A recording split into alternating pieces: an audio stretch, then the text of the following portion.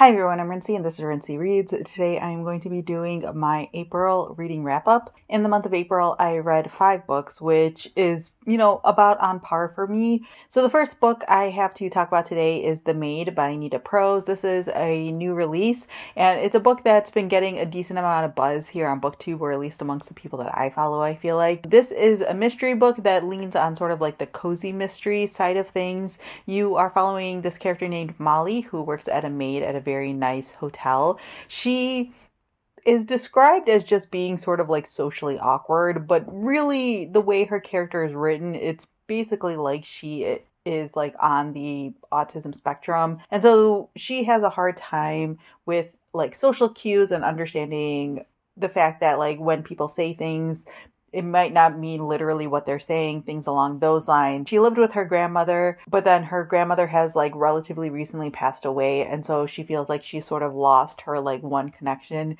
to like a person who understood her and was willing to like teach her about the world. And like I said, she works as a maid at this really nice hotel and she actually like really enjoys her job and gets a lot of joy out of doing a really good job of being a maid. And so the story and the mystery sort of begin with her entering a suite with this really like famous wealthy man named Mr. Black, and he is dead on the floor. And so Molly's the one who found him, and she gets sort of wrapped up and caught up into the mystery of what exactly happened to Mr. Black, because it eventually comes out that there was some sort of foul play. This book is described as being a clue-like locked room mystery, which kind of, like I said, it's cozy and it's a little bit more lighthearted. It's not like a gritty mystery or anything along those lines. Things with Molly, the way she like views the world, I think is supposed to be viewed as like being lighthearted and things like that. And again, I've seen a lot of people on BookTube reading it, and for the most part, I've seen like pretty positive reviews of this book. And I have to say, like, this book gave me mixed feelings. One thing that I really enjoyed about this book is that it is like a really quick read. It's a really good page turner. I think it's sort of like that perfect sort of like lighthearted mystery feeling to it. Calling it a locked room mystery feels like a bit of a stretch because yes, the room was technically locked, but also like hotel rooms generally lock when you leave them, so anyone could enter and then leave and the door would be locked. Like, it's not technically a locked room mystery. As a person who reads a lot of mysteries, it's those sort of technicalities like get to me. And yeah, like I found Molly to be like a really enjoyable main character, and it's really interesting to sort of see the world from her point of view and to see her figure out what exactly is going on. And a lot of the story is also about like her relationships with different people that she works with and that she interacts with and things like that. And especially like since her gran has passed away, she's been feeling kind of lonely, and you get to see like friendships and things like that grow over the course of this book. That's really heartwarming. The things I didn't like about the book mainly had to do with like the way Molly is characterized. Like I said earlier, like she's not said to be like on the autism spectrum or anything along those lines. And so like part of me always wondered like why that's the case. Like if you're gonna make a character behave a certain way that's very similar to someone who's on the spectrum, like you should do your research into what people on the spectrum can actually be like and then properly write a character, because there are certain things about Molly where I couldn't tell if like she was just like extremely naive. And like the thing is like you can't even say like she has like this sort of autism spectrum personality situation going on and attribute things to that. Like, so sometimes she just comes across as being like unnecessarily naive for the sake of the mystery. And then there are certain reveals that happen at the end of the book, which obviously I'm not going to talk about because spoilers and I don't want to ruin the book. But there's like almost like this epilogue that occurs in this book where you find out certain things, and I just didn't think it was necessary at all. Gave this book like this weird twist ending that didn't fit everything else that had happened prior to it. It made the book significantly darker and more heavy in my opinion. And I didn't really know why that sort of ending happened. So yeah, overall I had like a mixed experience with this book. Like in the process of reading it, like you can get caught up in the story really easily and it can be really fun and lighthearted. So if you're looking for a book like that, this might fit the bill. But there's like all these little details where like if you look too closely at the book, you're like, that doesn't quite make sense, or that sits weird with me and things like that. And so overall I would give this like a 3-star rating, although it's like etching the line between a 2 and a 3 for me because of like those details that just felt like really obvious misses in my opinion. All right, the next book I finished was Land of Big Numbers by Taiping Chen. This is a short story collection, and it follows different characters in contemporary China. This collection of short stories was also a mixed bag for me, but I feel like that's sometimes to be expected when it comes to short story collections. But to me, like, it didn't really hit the mark very often. Like, when the stories were good, I really, really enjoyed it, but for the most part,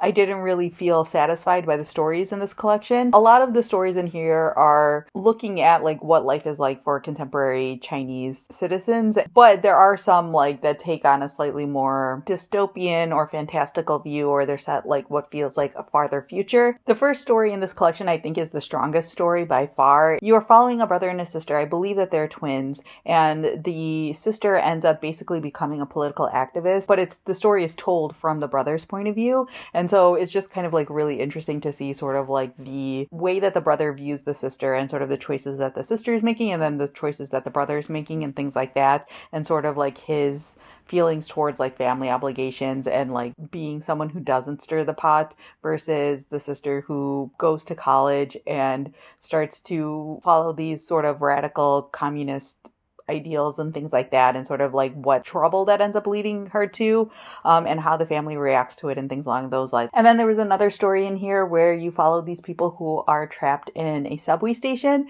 and that one genuinely gave me anxiety. That like sort of fear of not being able to leave a certain space freaked me out so much. I didn't realize that was a significant fear of mine until I was reading that story, and I was like, holy cow, if that was me that was trapped in that station, I would genuinely be freaking out. So yeah, those were sort of the two stories that had like the biggest impact on me. The rest of them, they feel like incomplete, or I wasn't really sure what the point of the story was. So yeah, this isn't like a terrible collection of short stories. There was another one where you're following a kid who starts to get into the stock market and the impacts of that. And that one was also kind of intriguing, but other than that, these stories didn't leave a huge impact on me. It was one of those short story collections where like I didn't feel super compelled to keep going with it. Like, because they're short story collections, you know, you can read it kind of at your own pace, pick up one here and there. And so I found myself like putting this one down and then like not really feeling like picking it back up. And so there came a point where I just kind of read a few in a row just to be like, okay, the collection is complete now. So yeah, this is another sort of like 3-star reading experience for me. Next up, I listened to the audiobook of Light Years from Home by Chen, and this is a science fiction book, but not really. I had read a book by Chen last year, and I enjoyed my experience with that book. And this one, you can kind of see sort of like similar vibes going on. So in this story, you are following the Shao family, and in the past, the dad and brother named Jacob in this family ended up going missing. And then one day the dad returns, like he's completely dehydrated. He's saying that they were abducted by aliens, and he becomes like really obsessed with finding the brother Jacob. And he basically spent the rest of his life and ended up dying in search of Jacob. Then there are two sisters in this family, Evie and Cass. Evie becomes really obsessed with UFOs as well, and she is basically on the search for Jacob, and so she ends up joining this sort of like UFO like Reddit board sort of situation in the hopes that one day she can find Jacob again. Cass, on the other hand, went to the under end of the spectrum and does not believe in aliens at all, thinks that all that stuff is crazy, and she ends up taking care of their mother after their father passes away, especially because their mother starts to lose her memory and showing signs of dementia and things along those lines. And so one day Evie returns back to the home because she noticed some activity in the area, and Jacob actually returns as well. So this book is a science fiction book, so there are like science fiction elements woven into it. However, mostly is like a family drama story. Like, this book switches points of views between the three siblings, and you are following each of them as they are trying to figure out what exactly happened to Jacob. And then from Jacob's point of view, you see what happened. But the story mostly takes place after Jacob has returned and the three of them are together. And so you see sort of this family dynamic play out where Cass is basically the responsible one in the family, and she's very resentful towards Evie and Jacob. Evie believes Jacob 100% about what happened, and Jacob has this thing that he's doing. I don't know if it's considered a spoiler to say what exactly is going on with him. But yeah, it basically like is more of a discussion about family dynamics and dealing with like trauma and really sad situations, and how like different people in a family can react to it, and how that impacts each other and how to sort of deal with those issues head on. It's a very different book than what you might typically expect. So if you're someone who like typically reads a lot of like science fiction and fantasy, this book might not be for you if you're expecting that sort of thing. But if you're someone who enjoys like contemporary fiction, I feel like you would actually really enjoy this book. And I think that this is a thing that Mike Chen does really well, is like he takes these sort of science fiction fantasy elements. So the one I read last year was about superheroes and things like that. But these are really character books, character studies, relationship books. He basically takes characters and puts them in these extreme situations in order to explore different ideas. So in this case, it's like an alien abduction, but it's really dealing with family trauma and family dynamics and things along those lines. And so those aspects of the story were really what drew me in. Again, multi-POVs don't always work for me, and in this case, like, I didn't really love the things from Jacob's perspective. I didn't really understand him as a character and the choices that he was making. And I honestly don't think I really needed like the sci-fi aspect of it. But overall, I enjoyed the story. And this was probably like a 3.5-star reading experience for me. And I'm definitely like really intrigued by the stuff that Mike Chen is doing. And I kind of want to go back and read more of his books. Because again, I like that he's using these sort of like SFF ideas or themes, but using them in a way that like grounds it in reality, which is basically how I enjoy my science fiction and fantasy. Like low fantasy is my jam. I can't handle like high fantasy or like hard science fiction or anything like that. So depending on where you fall on the spectrum, this book may or may not be for you. But again, if you're someone who doesn't read a lot of science fiction, this would actually be like almost the perfect gateway into science fiction. All right, the next book that I finished was True Biz by Sara Novic. And this one I'm not going to talk too much about because I actually did an entire review video. It's completely spoiler free if you are interested in hearing my full thoughts about this book. This is a contemporary young adult book that follows mainly deaf characters, and it takes place mostly at a boarding school for deaf kids. And so the majority of the book is like following different people who are part of the deaf community. ASL plays a big part of the way that this book is told, and it's really, really well done. Overall, I really enjoyed my experiences with the book. Like, there are some small quibbles I have with it, but overall, Sara Novic is an author that I've read 2 of her books so far, really enjoyed both of them, definitely going to be keeping my eye out for more of them. But yeah, I feel like, again, if you're someone who enjoys contemporary young adult specifically, then I think this book is for you. Someone, I think Sabrina, commented on my True Biz video saying that it's actually being marketed as an adult book, and that's super weird to me. I don't think that that's accurate. Like, one of the points of view is from an adult, but this feels very, very young adult. Not in a bad way, but it deals with teenagers, and you're very much in teenage feels and things like that for parts of this book. So I would definitely say that if you're picking this up thinking it's contemporary adult, I would say no, it's more like contemporary young adult. All right, and the final book that I read this month was The Sentence by Louise Erdrich. And I ended up picking this one up partially because I'd been hearing really good things about it, but partially also because the shortlist for the Women's Prize was announced recently. And I was like, oh, I have like 3 or 4 out of the 6 books checked out from the library, or I have like instant access to them through like ebooks and audiobooks through the library. I might as well just read the Women's Prize shortlist. So that's one of the projects I'm working on this month. If you follow me on Instagram, you would have seen me talking about this. And so I did a little poll on there, and most of the people, like I think 98% of the people who voted on that, were like encouraging me to actually try to read the Women's Prize shortlist. So a video on that, either in wrap-up form or something like that, will be coming in the future. But anyways, this is Louise Erdrich's latest book. I have read one other book from her, The Roundhouse, and I like Louise Erdrich. I don't necessarily love Louise Erdrich's books, and this is all just like a personal preference thing. Like, I think the way that she writes is beautiful, but I have a hard time with the way that she structures books. So in The Sentence, you are mainly following this character named Tuki, and it takes place over the course of a year. So it starts on All Souls Days in 2019 and then ends on All Souls Days in 2020. Tuki is someone who has relatively recently gotten out of jail, and while she was incarcerated, she ended up really falling in love with reading and books. And so once she gets out of jail, she ends up getting a job as a bookseller. And so you follow her over the course of the year. And so it's hard to give this book a synopsis or a summary because there's a lot of different things being explored in this book, which is partially what I mean by I love Louise Erdrich and the way that she writes, but the way that she structures stories, there's just so much happening, and the way that I feel about the various parts of what's happening also vary significantly. Tuki works as a bookseller at an indigenous bookstore in Minnesota, and so part of it is just like talking about these various booksellers who work in this bookstore and the customers they come across. And the book talks about like a lot of modern books and stuff like that. So I feel like if you read this book, you could get a really good reading list out of it. Like in the end of the book, like Louise Erdrich even includes like various reading lists, which I thought was fantastic. And a lot of the books are like contemporary ones that you've heard of before, especially if you're someone who's a frequent watcher of BookTube. So I thought that that was really fun and interesting because it felt very like grounded and real. Another part of the story is the fact that there is this woman